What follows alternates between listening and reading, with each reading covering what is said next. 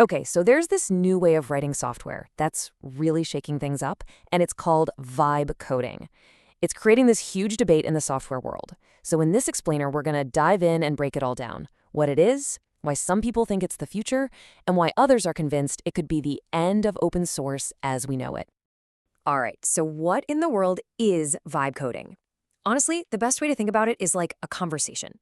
A developer basically just tells an AI chatbot, something like ChatGPT or GitHub Copilot, what they want to build.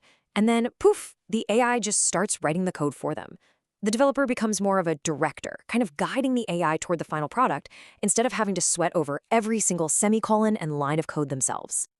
And that right there brings us to the absolute core of the debate. I mean, is this a huge leap forward for productivity, a tool that's going to empower a whole new generation of creators? Or is it a really dangerous shortcut, one that could tear down the very collaborative ecosystem that built, well, our entire digital world? Let's start with the scary part. Let's really unpack the argument for why this could be so damaging.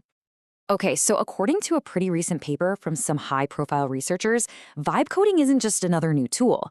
Nope, they're calling it a direct threat to the open source community. And their whole argument boils down to this. It's pulling developers away from the very projects and communities that these AIs, get this, were trained on in the first place. Kind of ironic, right? And here is how they see it playing out.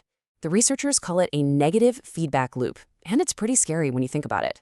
So step one, a developer uses an LLM to get some code. Cool, easy. But because they did that, they never visit the project's actual website, they don't read the documentation, they don't hang out in the forums. That means less traffic, which means less feedback, and crucially, fewer sponsors for that project. But here's the kicker. When the code breaks, and it will, the developer just goes back to the AI and asks for a fix instead of filing a bug report. The actual human maintainers of the project, they're left completely in the dark. This chart really just lays it all out, doesn't it? The old way was all about community. You'd find a library you needed, you'd actually read the documentation, maybe you'd pop into a forum to ask a question, and if you found a bug, you'd report it. You were part of something. But the new way, it's just isolated. It's a one-on-one transactional chat with an AI. That whole human-to-human connection that basically is open source, yeah, that's getting swapped out for a human-to-AI one. And let's be clear, this isn't just a what-if scenario. The impact is real and you can measure it. We're already seeing traffic to huge community hubs like Stack Overflow just plummet. And the really big concern here is about the money. If open source projects can't get people to visit their websites, they can't ask for donations, they can't sell support plans, and that could literally starve the essential foundational software we all rely on of the funding it absolutely needs to survive. Wow, okay, that's a pretty bleak picture, right? But that is only one side of the coin. For every researcher who's worried about the ecosystem, there's a developer out there who feels more powerful and creative than ever before. So let's flip this around and look at their side of the story. Right, so on the complete other side of this argument, you have tons and tons of developers who see this AI not as some kind of threat, but as the most powerful partner they have ever had. For them, this whole thing isn't about replacing community, it's about breaking through their own limitations. Take this quote, for example. It's from a programmer with over 30 years of experience, and it's absolutely fascinating. He says he realized he never really enjoyed the nitty-gritty of coding. The syntax, the boilerplate. What he loved was what the code could do.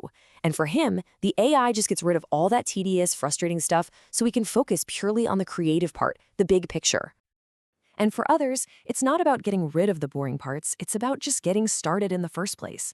This developer says AI lowered the barrier to entry so much that they were finally able to build and release their first ever open source project.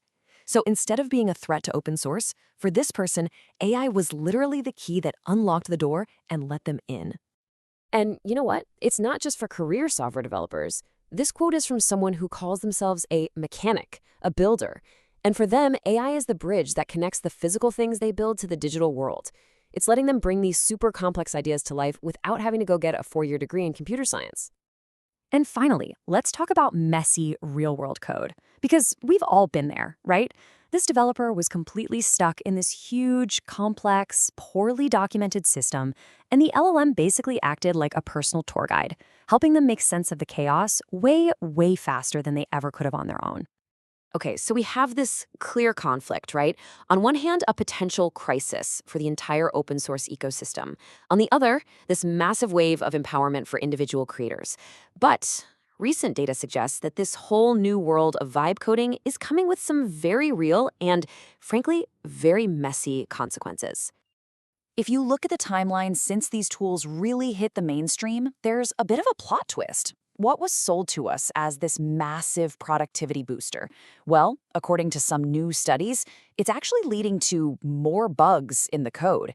And in some cases, it might even be making developers, get this, less productive overall. How about that? Let's just stop and focus on that first number for a second. A 41% increase in bugs. I mean, let that sink in. We're talking about a tool that could be injecting new flaws into almost half of the code it spits out. It really suggests that, yeah, while the AI can write code fast, that code might be creating a giant new headache for the poor souls who have to maintain it later on. And this all creates a huge new problem for those open source maintainers.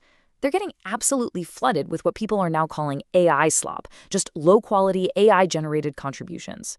See, the core issue is that it's now ridiculously easy to generate code, but it's still just as hard, maybe even harder, to review that code and make sure it's actually good.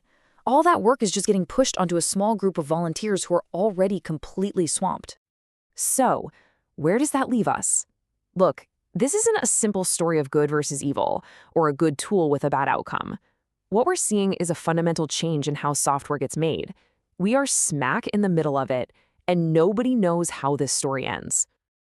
You know, one of the source articles I read for this framed it perfectly. It said this AI revolution isn't really a test of artificial intelligence at all. It's a stress test for human intelligence.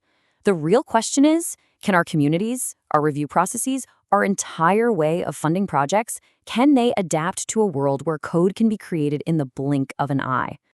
And that leaves us with one final critical question. These AI models, they learned everything they know from the incredible collective work of the open source community. They were built on its back. Now that these same tools are fundamentally changing that community, who's responsible for making sure it doesn't die? The answer to that question, well, it's going to define the future of pretty much all the software we use every single day.